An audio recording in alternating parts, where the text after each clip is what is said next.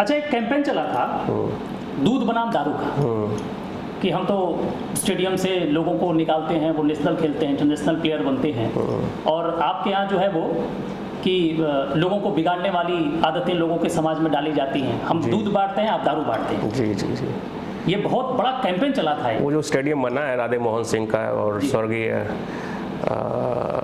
तेज बहादुर सिंह, तेजू सिंह का, हमारे बड़े क्लोज संबंध थे जी। उस स्टेडियम में भी दारू का पैसा लगा हुआ है। राधे मोहन सिंह बहुत स्वार्थी टाइप के आदमी हैं जी। न उनको किसी चीज़ का ज्ञान, जी जी, न राजनीतिक विरासत। जो मिला वो हमारे परिवार से उनको मिला। जी जी। वो जिला पंचायत भी बने, सांसद भी बने, हमारे परिवार के देन, मेरे पिताजी की देन है। उसी दारू के पैसे से सांसद बने, उसी दारू के पैसे से वो जिला पंचायत अध्यक्ष बने। अच्छा, आगे चल के अगर कोई ऐसा प्लेटफॉर्म आए जिसमें आप दोनों को साथ खड़ा किया जाए, तो आप क्या उनके साथ सहज महसूस करेंगे? नहीं, मुझे शुरू से पसंद नहीं थे। अच्छा, वो व्यक्ति तो राजनीति लायक है ही नहीं है। अच्छा, जब आप चुनाव जीत गए तो आपका एक स्टेटमेंट आया था, सोशल मीडिया पे खूब चला था कि हमने बदला ले लिया है। वो कौन सा बदला था? देखिए, राधे मोहन सिंह बार बार कैंपेन में बोल रहे थे हमने इनको हराया, हमने अहरोली वाले, चूँकि मेरा गांव अहरोली है, अहरोली वालों को मैंने पहले हरा चुका हूँ। तो सन 2000 या 2002 में जिला पंचायत चुनाव जब हुआ था, उसमें मेरे बड़े भैया बबलू सिंह जी और राधे मोहन सिंह का सामना ऐसे ही चुनाव में हुआ था जिला पंचायत में। जी। उनके भैया ने घूम घूम के पैसा बांटा, दारू बांटा, वो चुनाव जीत गया। और वो बार बार इस चुनाव में भी दोहरा रहे थे कि इस बार फिर हराएंगे इन लोगों को। तो ये बात मुझे चुभ गई और तभी मैंने कसम खा लिया कि इसी चुनाव से राधे मोहन सिंह खड़े हुए हैं, राजनीति में खड़े हुए हैं, इसी चुनाव में उनका दफन भी हो जाएंगे। मतलब ये वाला बदला आपने? और ये बदला मैंने लिया, मेरे भाई का, एक भाई के लिए था, मेरे बड़े भैया के लिए था। नहीं, निर्दल नहीं लड़ेंगे। अभी भारतीय जनता पार्टी मेरे को अगर टिकट नहीं दे जी तो उसका दुर्भाग्य, मेरा दुर्भाग्य नहीं है। अच्छा, समझे? हमने तो पार्टी को एक राजनीतिक गलियारे में एक बहुत बड़ा कौतूहल का विषय बना हुआ है कि भविष्य में भी आप कंटिन्यू भारतीय जनता पार्टी में रहेंगे या नहीं रहेंगे? अगर पार्टी टिकट देगी जी 2022 में, क्योंकि राजनीति मेरा पेशा नहीं है जी, न मेरा धर्म है जी।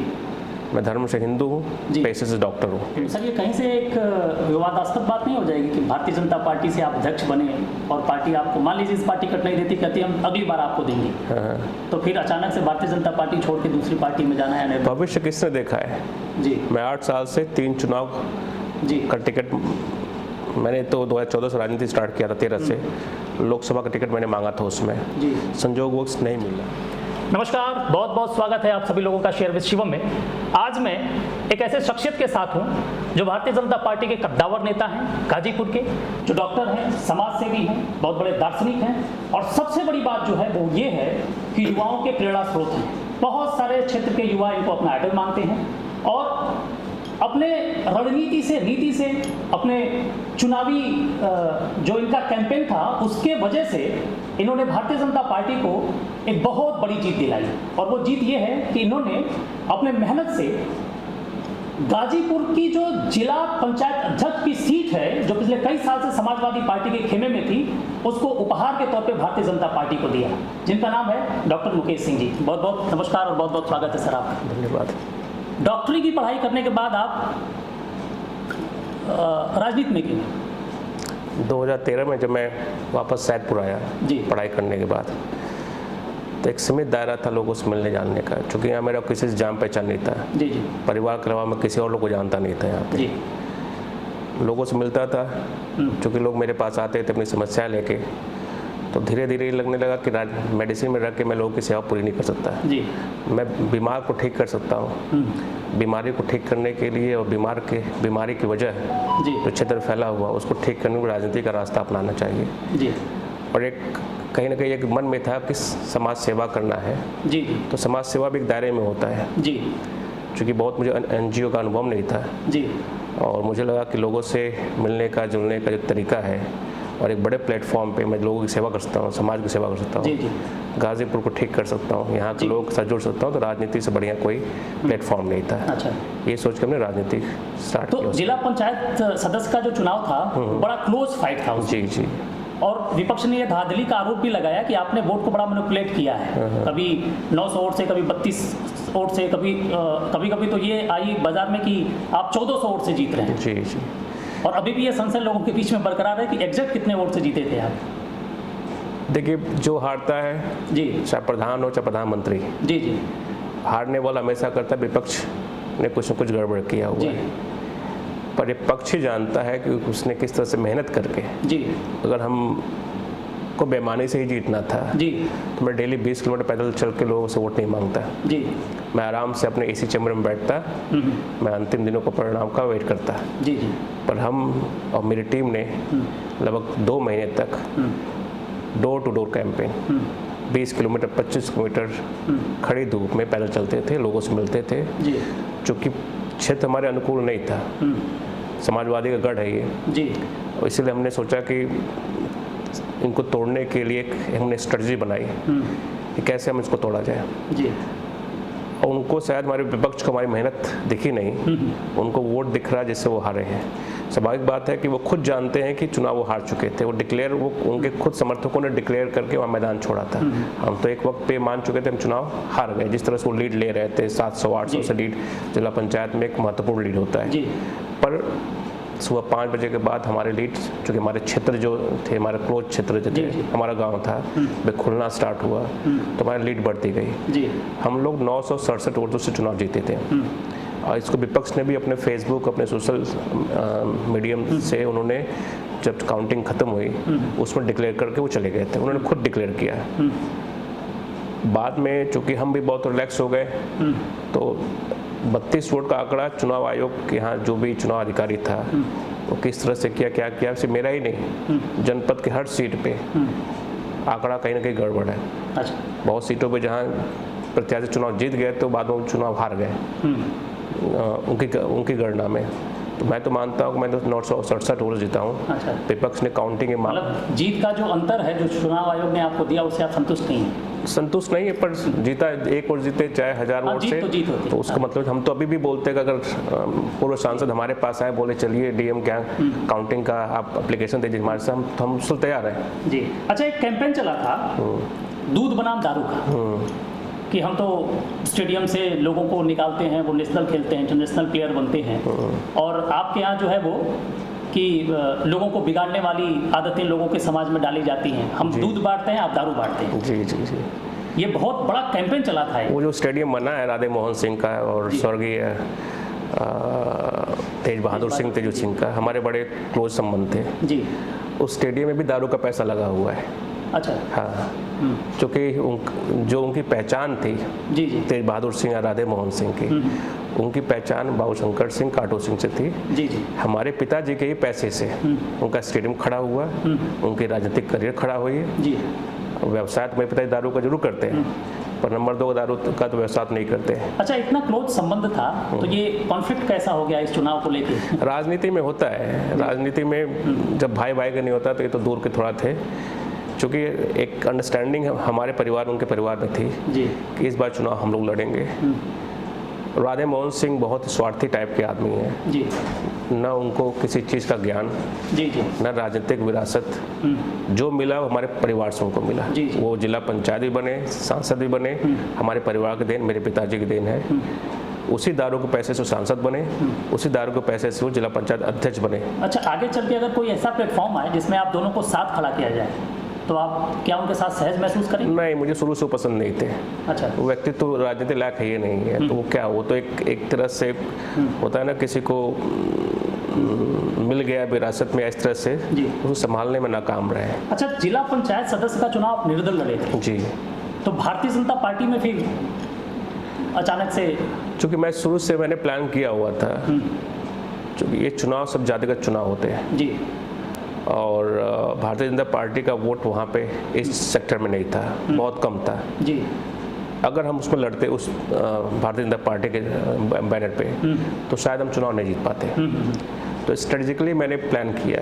अच्छा, ये पहले से प्लान था? ये मेरा भारतीय जनता पार्टी का कैंडिडेट नहीं है? हमने प्लान किया, नहीं, भारतीय जनता पार्टी ने कैंडिडेट दिया था वहाँ पे, पर कैंडिडेट भी वो भी जानता था कि वो चुनाव नहीं जीतेगा। और वो भी कहीं ना कहीं चाहता था कि हम चुनाव जीते और हम भारतीय जनता पार्टी में शामिल होंगे बाद में।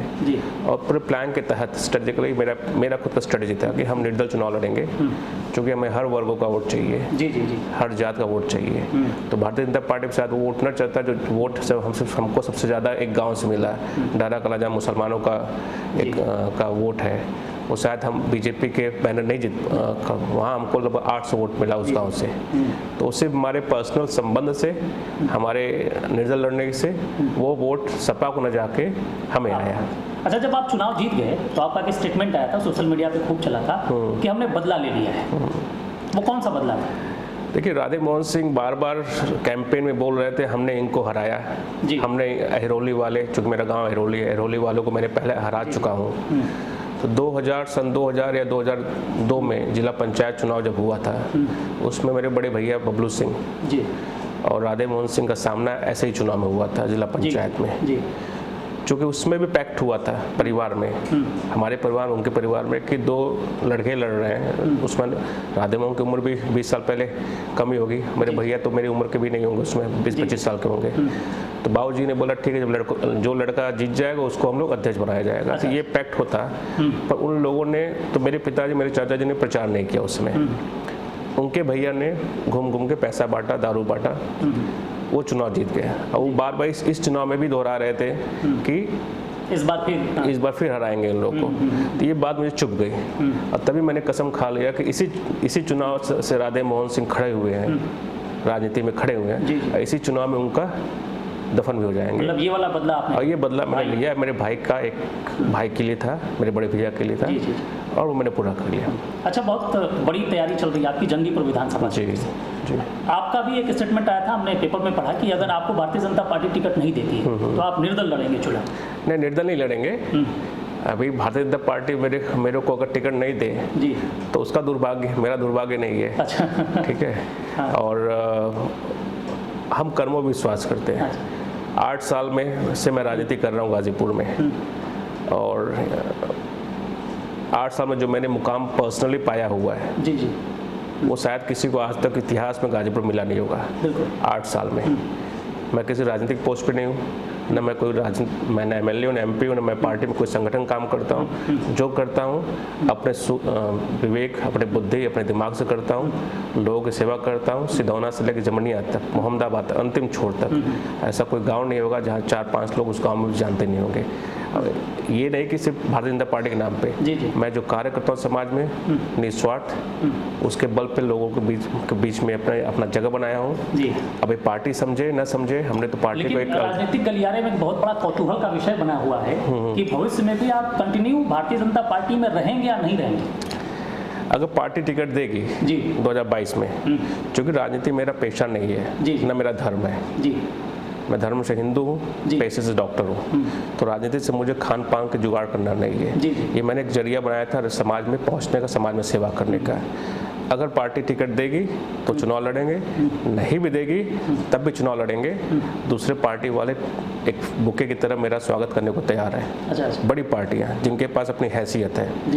तो अगर पार्टी मेरे महत्व को जानती है कि डॉक्टर मुकेश को पार्टी में रहने से फ़ायदा है, तो ठीक है। नहीं फ़ायदा, उनको लगता है कि हमारा फ़ायदा नहीं है मुकेश को यहाँ पे रखने पार्टी में, तो हमारा रास्ता चुन लेंगे। हमने 2022 एक मिशन के हिसाब से काम कर रहा हूँ। मुझे चुनाव किसी कीमत पे लड़ना है। अगर भगवान अगर इस धरती पर रहेंगे तो 100% चुनाव लड़ेंगे। तो सर, ये कहीं से एक विवादास्पद बात नहीं हो जाएगी कि भारतीय जनता पार्टी से आप अध्यक्ष बने और पार्टी आपको, मान लीजिए इस पार्टी टिकट नहीं देती, कहती हम अगली बार आपको देंगे, तो फिर अचानक से भारतीय जनता पार्टी छोड़ के दूसरी पार्टी में जाना है? भविष्य किसने देखा है? मैं 8 साल से 3 चुनाव का टिकट, मैंने तो 2014 से राजनीति स्टार्ट किया था, 13 से। लोकसभा का टिकट मैंने मांगा था, उसमें संजोगवश नहीं मिला, मिलते रह गया। अगर उसमें मुझे टिकट मिल गया होता लोकसभा का, तो शायद मैं भारत का सबसे यंगेस्ट MP होता। और क्वालिफिकेशन के हिसाब से मैंने उसी समय बोल दिया था कि कहीं ना कहीं मेरी जगह पक्की हो जाती किसी मंत्रालय में कहीं भी। पर नहीं मिला। मनोज सिन्हा जी को टिकट मिला, उनके साथ खड़ा रहा। 2015 में पार्टी ने मुझे MLC का टिकट दिया, चूँकि MLC परिवार में हमारे बहनोई वो लड़ रहे थे, तो उनके खिलाफ लड़ने से मतलब था कि दोनों कमज़ोर होते हैं। 2016 में पार्टी ने मुझे उपचुनाव जंगीपुर का टिकट दिया था, पर चूँकि हमारे विरोधी पार्टी में नहीं चाहते कि हम जैसे लोग आगे बढ़े, उन्होंने ऐट वक्त पे टिकट मेरा कटवा दिया है। चूँकि मलाल नहीं था, क्योंकि मैंने टिकट मांगा नहीं था, पार्टी ने सोचा कि चुनाव जीत सकते सर टिकट दिया। 17 महीने मेहनत किया सदर विधानसभा से, बहुत मेहनत किया, और अंत मोमेंट पार्टी ने वहाँ भी मुझे धोखा दे दिया। पार्टी ने धोखा नहीं दिया जी, धोखा दिया मुझे किसी व्यक्ति विशेष ने। अच्छा, देखिए नाम नहीं लिया जा सकता? नहीं, नाम नहीं लेंगे, नाम लेने से क्या, तो उस आदमी का कद बढ़ जाता है ना जी, तो आदमी का कद छोटा ही रहना चाहिए जी। तो उसने मेरा टिकट कटवा दिया। तो मुझे लगता है कि अगर मैं इसी तरह से वेट करते रहूँगा तो हर हिंदू रीति रिवाज के हर आदमी की उम्र 100 साल तक होती है। ठीक है, आज हम 37 साल के हैं जी।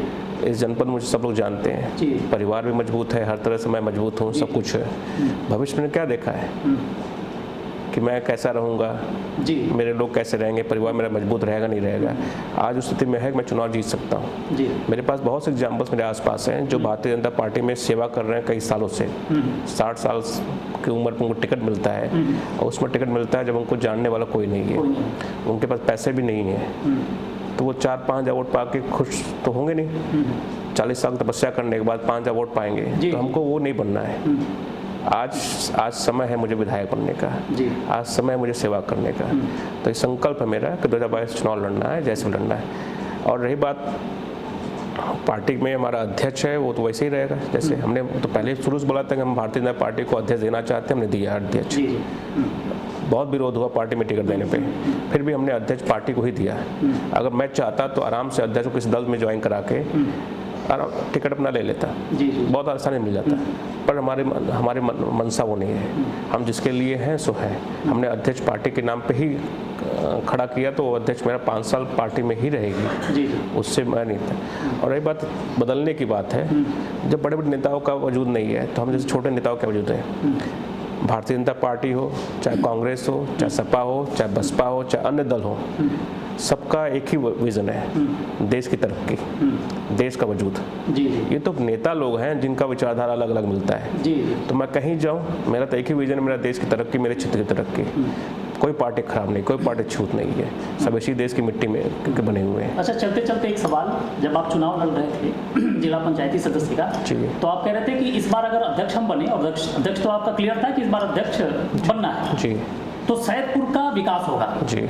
तो क्या आपने गाइडलाइन बना रखी कि सैदपुर में जब अध्यक्ष आपके पास है ना, चूंकि आपकी छोटे भाई की पत्नी है श्रीमती सपना सिंह जी, तो सैदपुर के विकास का क्या आपने खाका खींच रखा है कि इस बार हम 5 साल में जिला पंचायत अध्यक्ष होते हुए ये काम हम करने वाले हैं? देखिए, जब हम गांव में घूमते हैं, जब गांव में, चूँकि जिला पंचायत जी का जो मेन वर्क है वो गांव है जी। हम जब गांव में घूमते तो मुझे 3-4 समस्या बहुत ही जटिल दिखती हैं जी। नाली, रोड, खरंजा जी, ठीक है, पानी।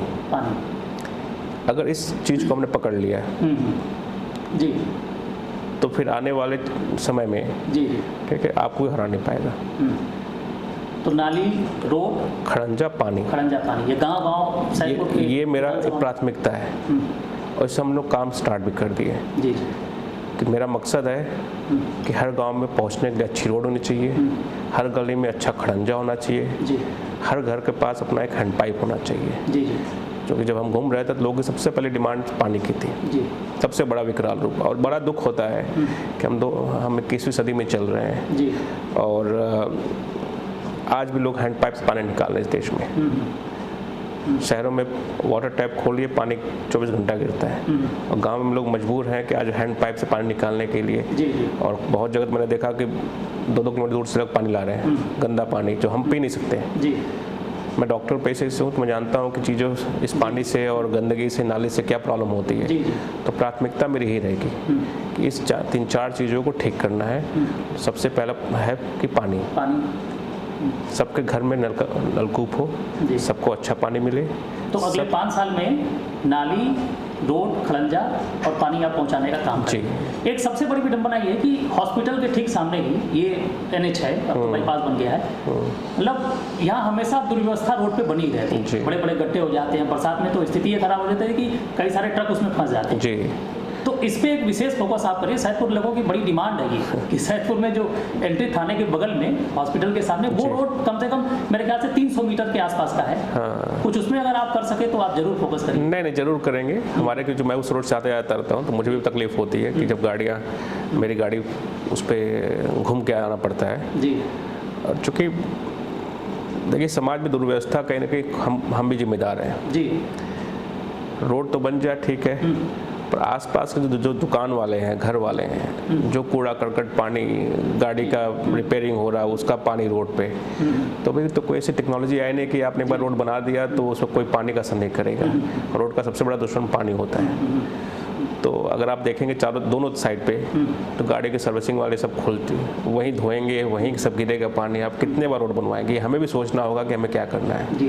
अब चूंकि गंभीर मामला है, बहुत एक्सीडेंट्स भी होते हैं इसमें, बहुत से मोटरसाइकिल वाले इस पर गिरे हुए हैं। क्योंकि हमारे यहाँ आते रहते पता चलता क्या हो गया, पता चलता कहीं गिरे हुए हैं। जी जी।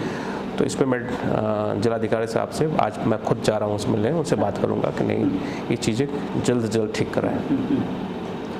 अच्छा, चलते चलते एक चीज़ और है कि आप चूँकि जिस तरीके से आपने जवाब दिया ये बहुत कम लोग देते हैं और बहुत लोग कोशिश करते हैं कि इन सब चीज़ों से बचा जाए। और मुझे लगता है कि गाजीपुर में पूरे उत्तर प्रदेश में अगर देखा जाए तो इतने कम युवा के राजनेता और इतना शिक्षित, इतना सब कुछ होने के बाद भी जो युवाओं के प्रेरणा स्रोत के तौर पे भी आप जान रहे हो, मैं बहुत सारे लोगों से बात करता हूँ तो खास करके युवा वर्ग आपको बहुत पसंद करता है। जी। तो चलते चलते बस युवाओं के लिए आप क्या दो शब्द कहना चाहेंगे, कुछ संदेश देना चाहेंगे?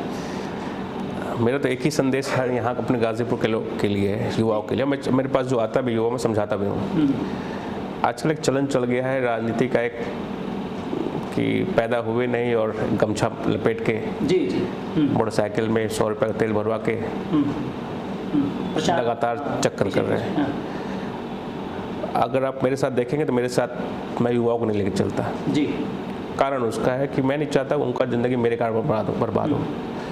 मैं उनको बोलता हूँ कि अगर 12 घंटा आप आंखें खोलते हो तो 8 घंटा अपना काम, अपना पढ़ाई करो जी। जो लगता है समय 1 घंटा 2 घंटा आपको कि नहीं हम हमारे साथ रहना है या राजनीति करना है या समाज सेवा करना है वो करो।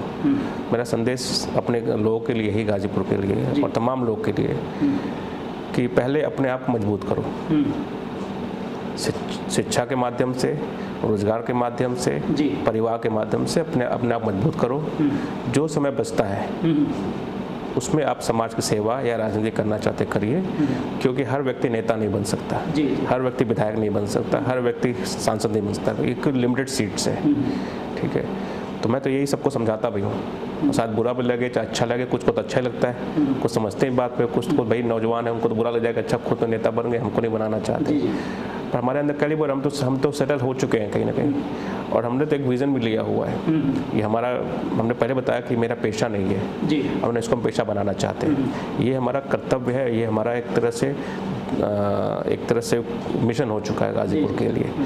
तो हमारे युवाओं को यही संदेश है कि पहले आप खुद को मजबूत करो, परिवार को मजबूत करो, पैरों पर खड़े हो जाओ, 2-4 पैसे कमाने की व्यवस्था कर लो, फिर जो समय बचता है तो आराम से राजनीति करो, बहुत माध्यम मिल जाएगा। अच्छा, जंगीपुर से आप तैयारी में लगे हैं जी, और वो एक ऐसा एरिया है जहाँ बहुत सारे यंगस्टर्स हैं जो सेना में जाते हैं, सिपाही की तैयारी कर रहे हैं, और बड़ा बैकवर्ड एरिया टाइप का भी है वो। तो अगर आप जीत जाते हैं तो स्पेशली युवाओं के लिए क्या करेंगे? देखिए, मैं तो यही चाहूँगा कि मेरे जनपद का, सिर्फ जंगीपुर नहीं, मेरे जनपद का हर युवा स्वावलंबी हो जी, उसके पास काम हो, वो अपने परिवार का देखभाल करे। तो उसके लिए रोजगार का माध्यम, स्वरोजगार का माध्यम, और जो भी टेक्नोलॉजी आती है सरकार के माध्यम से और प्राइवेटाइजेशन के माध्यम से, उसको मैं प्रमोट करूँगा जनपद में। चूँकि गाजीपुर फेमस है यहाँ आर्मी के लिए, यहाँ तो देखा जाए तो हर गांव में कोई ना कोई बहुत सारे आर्मी है, और सुबह उठेंगे भी, सुबह 4 बजे उठेंगे, आपको बाई चांस रोड पे जाएंगे जी, तो सब लड़के तैयारी करने वाले हैं, या किसी गांव में चले जाएंगे तो वहाँ भी बहुत सी फील्ड हैं जहाँ तैयारी करते रहते हैं। तो अगर मौका मिला तो भर्तियाँ जो होती है सरकार के माध्यम से, आर्मी के माध्यम से, उसको करवाया जाएगा बराबर यहाँ पे, ताकि यहाँ के लोग ज़्यादा से ज़्यादा जुड़े आर्मी से। सरकारी रोजगार में जाएं, प्राइवेटाइजेशन, नई इंडस्ट्रीज लाने का, जैसे भी कुछ लोग यहाँ पे स्टार्ट अभी किया हुआ है। तो जब हम एक पद पे जाएंगे, हमारी पहचान बढ़ेगी लोगों इंडस्ट्रीज़ में, तो हम भी चाहेंगे कि यहाँ पे कुछ ना कुछ इंडस्ट्रीज बढ़े ताकि 2-4-5 हज़ार को रोजगार मिले। क्योंकि सबसे बड़ा आज के टाइम पे धन है, धन नहीं तो कुछ भी नहीं है। तो धन कमाने का जरिया मुझे लोगों को देना पड़ेगा, ताकि तभी वो हमारा देश, हमारा क्षेत्र जागरूक हो सकता है। सर बहुत बहुत शुभकामनाएं, धन्यवाद। पूरे गाजीपुर की तरफ से, सैदपुर की तरफ से और हम सब की तरफ से। और मैं तो आप सबसे निवेदन करूंगा कि आप उसे ही चुनिए जो समाज के लिए, राष्ट्र के लिए और युवाओं के शिक्षा और रोजगार के बारे में चिंतित हो, सोचता हो। और बहुत अच्छी एक बात आपने बोली जो मुझे सच में बड़ा टच किया कि आप युवाओं को लेके पीछे पीछे नहीं चलते। और निश्चित तौर पे आपके साथ कभी भी मैं युवाओं का जुलूस नहीं देखा हूँ।